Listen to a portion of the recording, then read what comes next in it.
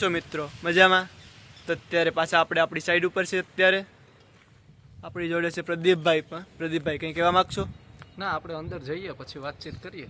Okay, ચાલો.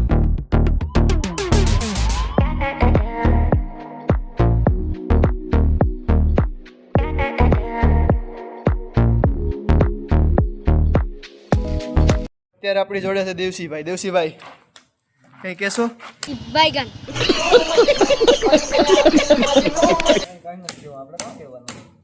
જે કેવું હોય તે કઈ નહીં, કઈ વાંધો નહીં. શું પાછું આવો ને,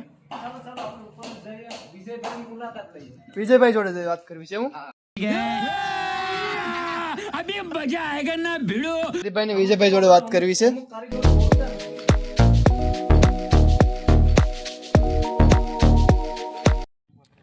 વિજયભાઈ, આ છે આપણા વિજયભાઈ. વિજયભાઈ, શું કહેશો અમારા બ્લોગ વિશે? તમારા બ્લોગ સરસ મજાના છે.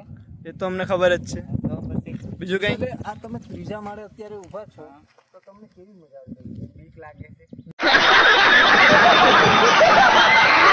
બીક તો લાગે છે. તો જો નીચે બતાવો હાર્દિકભાઈ, દરિયો દેખાય એટલે દરિયો.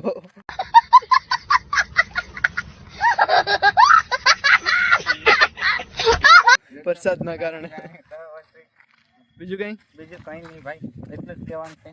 ઠીક છે. અને વિજયભાઈ, તમે આગળ કોકની વાત કરતા હતા, સામે ક્રોપા દેખાઈ પાડવા જવાના.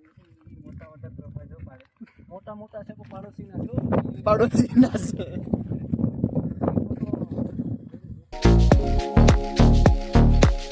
અત્યારે આપણે ટેરેસ ઉપર આવી ગયા છે. જે સેન્ટિંગનું કામ ચાલુ હતું, બાજુમાં કોસ્ટગાર્ડ છે. ત્યાંની સાફ સફાઈને જોઈ શકો છો. લોકેશન કેવું મસ્ત છે. આ કોસ્ટગાર્ડ છે અને ઓલું જિલ્લા પંચાયત, કલેક્ટર ઓફિસ અને એસપી ઓફિસ છે. પ્રદીપભાઈ, બોલો બોલો હાર્દિક. કેવો વ્યૂ લાગે છે ઉપરથી તમને?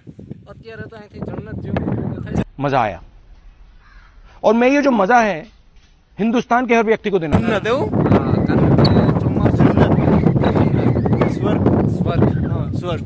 સ્વર્ગ જેવું લાગે છે. હા. કારણ કે એક તો ચોમાસું છે ભાઈ, હા. તો અત્યારે ચારે બાજુ તમે જોવ તો તમને હરિયાળી જ જોવા મળશે. હરિયાળી તો બહુ મસ્ત દેખાય છે, તમે જોઈ શકો છો. અને પાછી આપણે આ સાઈડ, અમારી સાઈડની સૌથી ઊંચી હાઈટ ઉપર અમે ઊભ્યા છીએ અત્યારે. નહીં નહીં, એ ખોટી વાત છે. હજી ઊંચી જશે. પછી જે હજી ડોમ આવશે ને, પણ ડોમ બન્યા નથી. બનશે બનશે, બહુ જલ્દી બનશે. હા,